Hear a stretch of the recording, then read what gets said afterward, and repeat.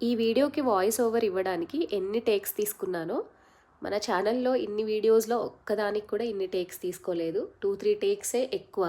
ఎందుకంటే నేను మిగిలిన వీడియోస్ అన్నీ మోస్ట్లీ సబ్జెక్ట్ గురించి చెప్తాను కదా. సో నాకు ఏ పాయింట్ చెప్పాలి అన్న క్లారిటీ ఉంటుంది.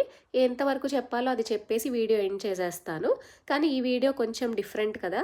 ఈ వీడియో చూస్తున్నప్పుడు నాకు కొంచెం ఎమోషనల్గా అంటే మళ్ళీ ఏడుపని కాదు, హ్యాపీనెస్ అనమాట. హ్యాపీనెస్ కూడా ఒక ఎమోషనే కదా. అలాగా ఎమోషనల్గా అంటే హ్యాపీగా అనిపిస్తుంది. సో ఇక్కడ సబ్జెక్ట్ రిలేటెడ్ది కాదు, కట్టే కొట్టే తెచ్చే అని చెప్పడానికి. ఏం చెప్పాలో తెలియదు కాబట్టి సగం వీడియోకి తెలియదు అన్న వాయిస్ ఓవరే ఇస్తున్నాను. ఈ వీడియోలో కనిపించింది మా నానమ్మ. తనకి ఏజ్ 85-90 మధ్యలో ఉంటాయి. అప్పటి వాళ్ళు కరెక్ట్గా చెప్పలేరు కదా.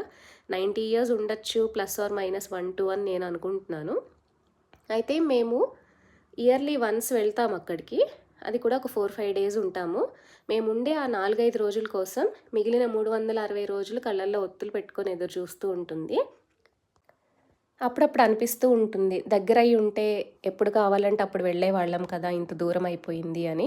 తను కూడా రావడానికి వీలు లేదు, వయసు ఎక్కువ కాబట్టి ఇంత దూరం ట్రావెల్ కూడా చేయలేదు.